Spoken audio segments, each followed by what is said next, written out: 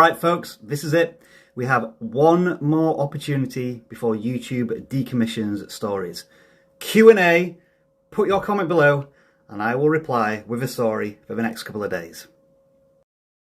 So I'm not saying that this is going to work for your channel, but for us, when we launch a video, after the first hour, we're looking at the click-through rate. If it's under 10%, then we may start to think about changing it. I'm afraid this one varies from channel to channel. Some can publish every single day, others take weeks to make a single video. It's all what you're comfortable with. Don't just generate content for content's sake. Quality over quantity. It's a good question. I don't really want to do them on shorts because I feel as if it will negatively impact the performance of shorts.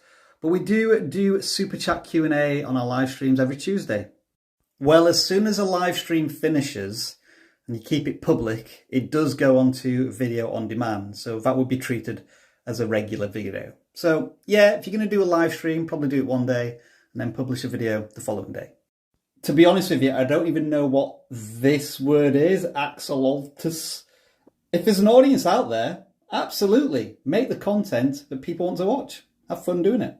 Watch tons and tons of shorts, and any that come from faceless channels, take inspiration and try to replicate in your own style what they're doing to experiment and practice. So Tim Schmoy puts it like this, and I tend to agree with him. When you want to learn and get better at something, quantity. When you want to build an audience, quality. That was some notifications from my phone. I don't tend to do very well with advice for music channels because they're so different and I'm not that much into music. But the one piece of advice that was given to me to share with everyone is to include the genre of your music in your titles to make them search. I have to be honest with you, I hate lavalier microphones. So what I recommend is a Rode Video Mic Pro. They're about 50 bucks, probably less. Fantastic audio quality. This seems like a fantastic idea to me. As long as the content is not time sensitive, then batch produce during the summer and then stagger your release over the rest of the year. I don't think there's anything inherently wrong with hand drawing your thumbnails if that's what you want to do. The key is to make them unique, but also still curious and clickable.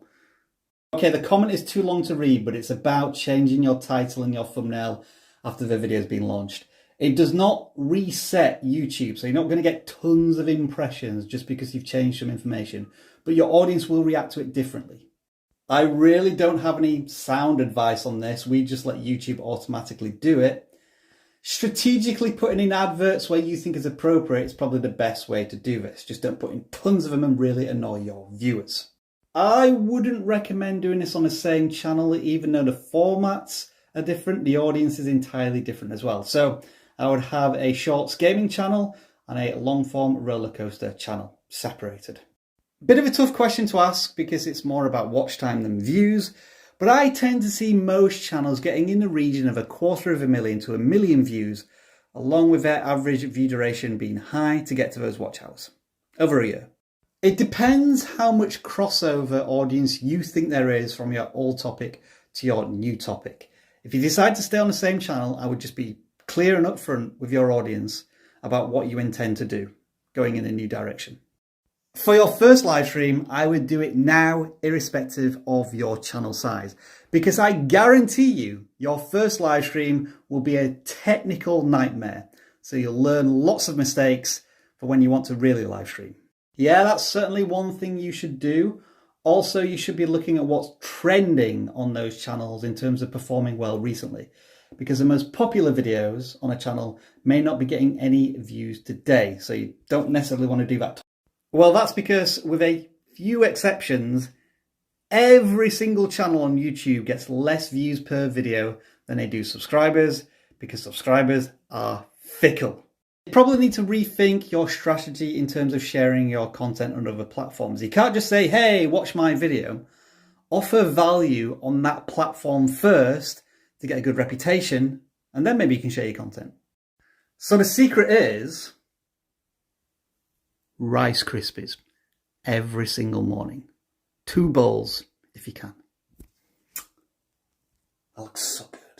So I use Camtasia to edit my videos, but we have editors here at Vidiq now help us and do an excellent job, and they use a combination of Final Cut Pro and Adobe Premiere. So I think this happens when you add music from the Shorts Creator tool.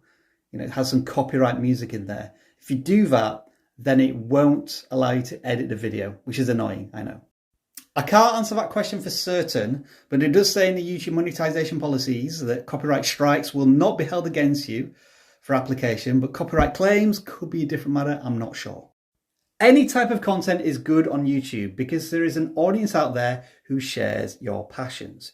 You just got to make the content engaging for your target audience. Whilst I do play a lot of video games in my spare time, I want it to stay that way. It's a form of escapism. I wouldn't want to turn them into YouTube videos because it would feel a bit more like a job. And I ain't playing games to make it feel like a job.